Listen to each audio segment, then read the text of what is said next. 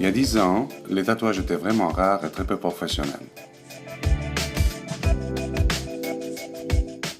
Les tatouages ont dès lors assisté à un graduel progrès, surtout que les artistes de tatouage ont commencé à progresser, à utiliser des outils développés et que la mentalité des gens a commencé à changer.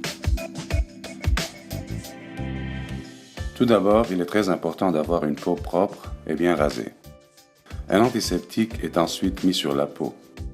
Il est bon de mentionner que tous les produits que j'utilise sont parfaitement non nocifs pour la peau, surtout que certains d'entre eux sont même organiques.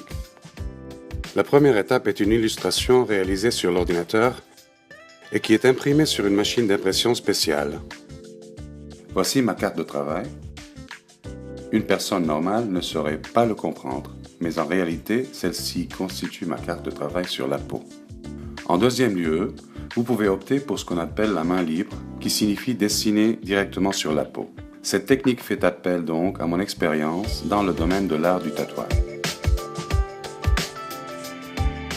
Il faut dire que le tatouage n'est pas un défoulement, mais un art réalisé sur votre corps. Un art qui fait plaisir à la personne en question. Par conséquent, il est recommandé de ne pas vous faire tatouer quand vous êtes en colère. Parce qu'à un certain stade, vous pourriez le regretter car celui-ci est permanent et difficile à enlever plus tard.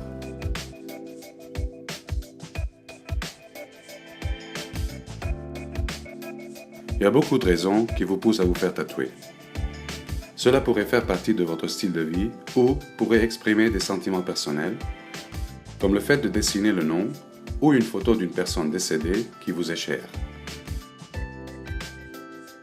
Il pourrait aussi être fait pour cacher une cicatrice ou une brûlure qui rappelle de mauvais souvenirs ou un douloureux accident.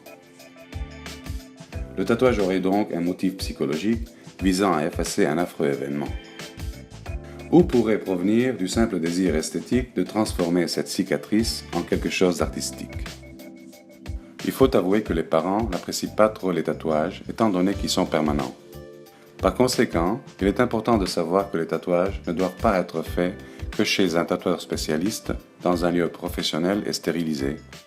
Il est bon de noter ici que les parents commencent désormais à accepter les tatouages et à apprécier leur beauté, les considérant ainsi comme une œuvre d'art plutôt qu'un laid gribouillis.